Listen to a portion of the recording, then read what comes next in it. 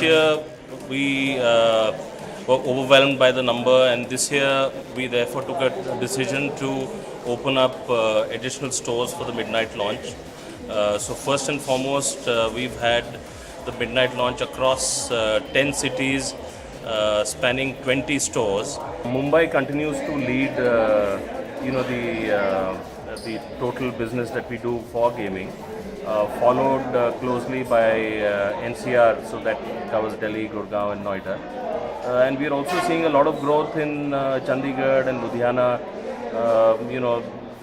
Those markets seem to be developing quite fast.